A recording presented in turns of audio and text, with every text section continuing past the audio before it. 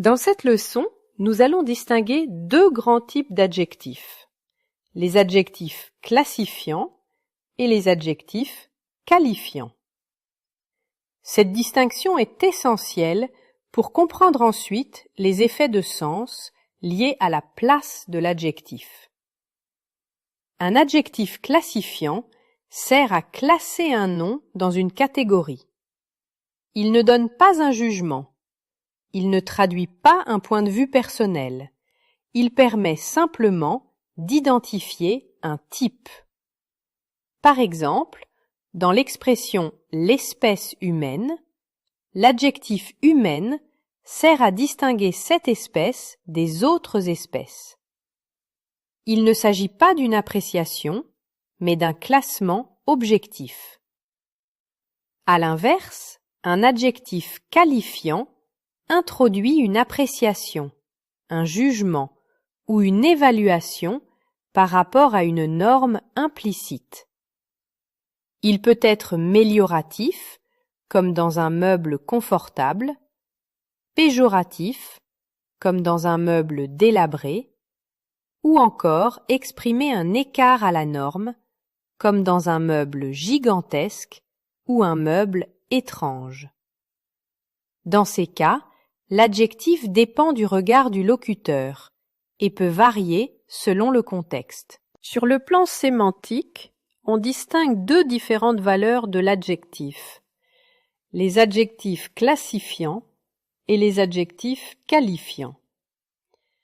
Les adjectifs classifiants indiquent une caractéristique reconnue, indépendante du point de vue de l'énonciateur. Ils servent à classer en catégories distinctes certaines réalités désignées par le nom. Il ne s'agit pas d'un jugement subjectif, mais d'un classement objectif.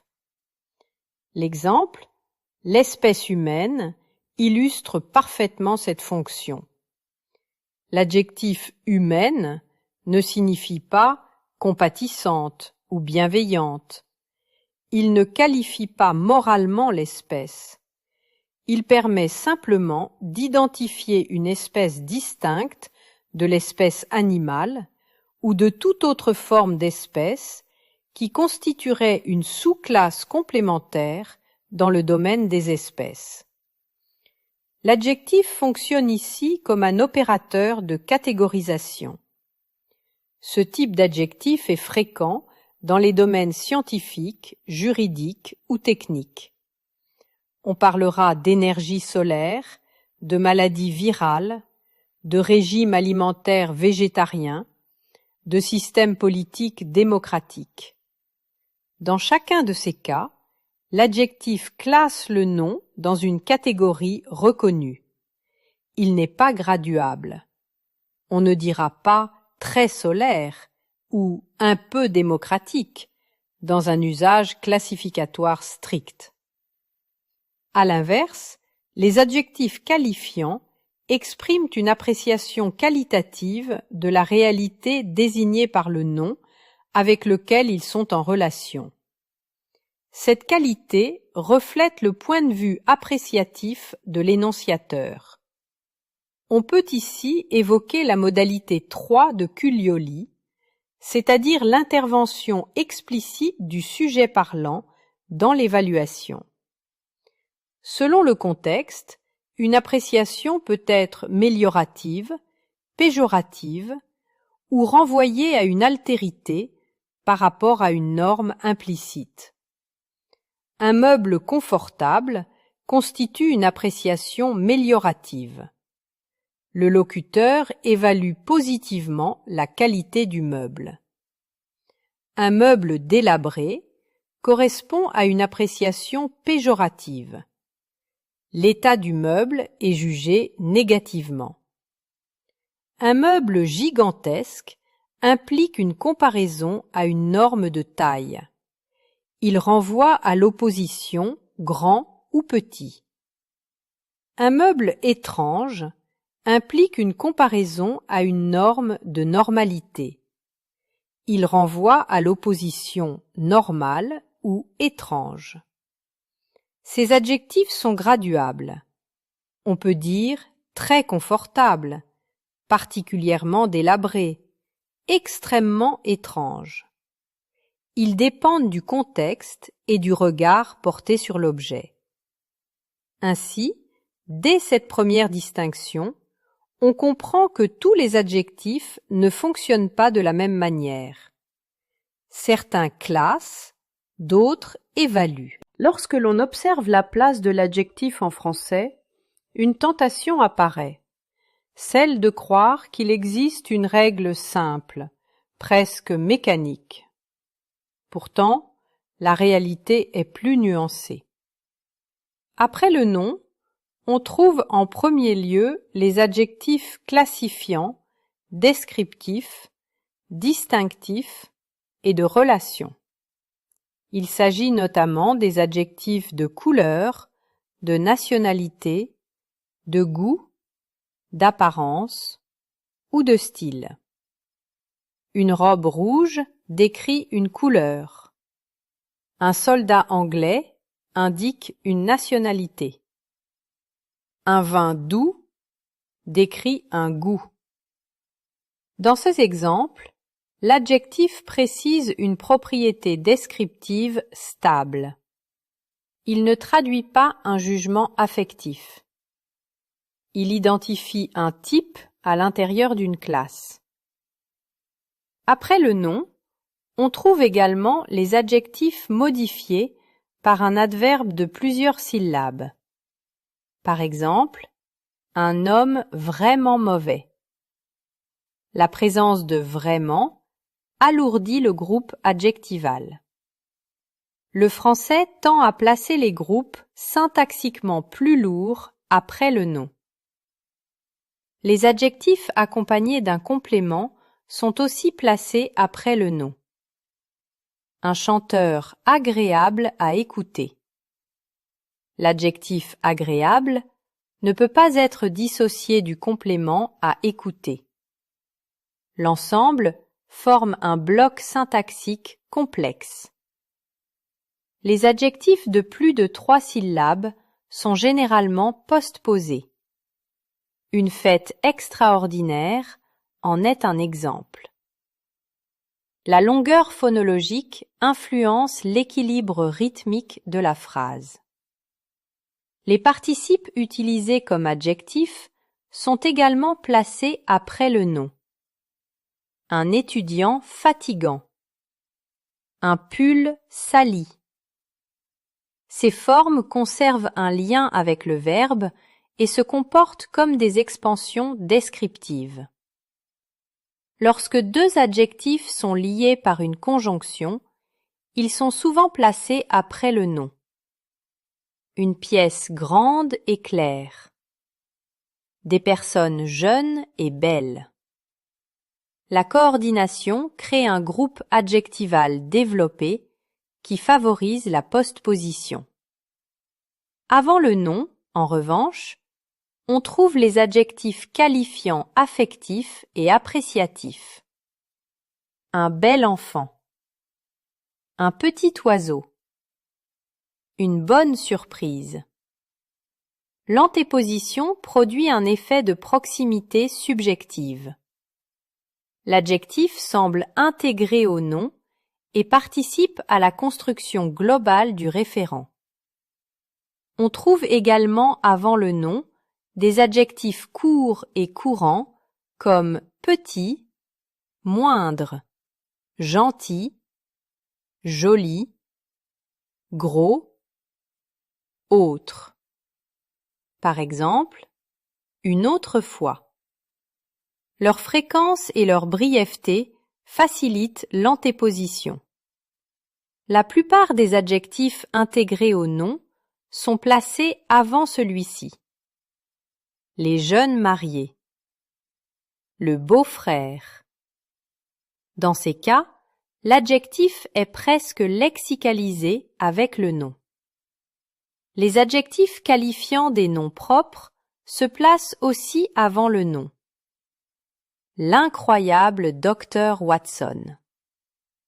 L'antéposition crée un effet expressif, souvent stylistique. Les adjectifs ordinaux se place également devant le nom modifié. Le premier amour. Le deuxième enfant. Le dernier métro. La prochaine station. Ils organisent une série. Cependant, lorsqu'ils prennent une valeur déictique, on observe des formes comme la semaine dernière et l'année prochaine. Ici, le repérage se fait par rapport à la situation d'énonciation. On comprend donc que la place de l'adjectif dépend d'une combinaison de facteurs sémantiques, syntaxiques, rythmiques et discursifs. Certains adjectifs changent de sens en fonction de la place qu'ils occupent. Il ne s'agit plus simplement d'une question de rythme ou de syntaxe, mais d'une véritable modification sémantique. Ma chambre propre signifie que la chambre est propre, c'est-à-dire que je l'ai nettoyée. L'adjectif propre est ici postposé.